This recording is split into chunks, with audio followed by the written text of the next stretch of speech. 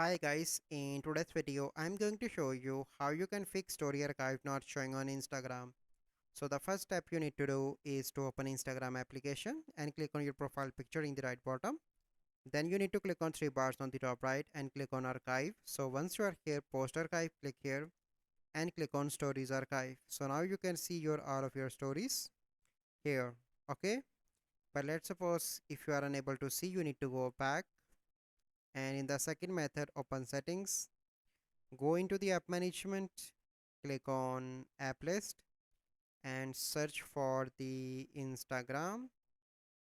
Click on storage and cache. The first step you need to clear cache, and after that you need to clear storage. Then you need to go back, open Play Store and update Instagram. Once you done that, your issue get resolved. So this is the process. I hope you find this video helpful. If you find this video helpful, must like this video, subscribe to our YouTube channel for future videos. We'll see you in the next video. Thank you. Have a good day.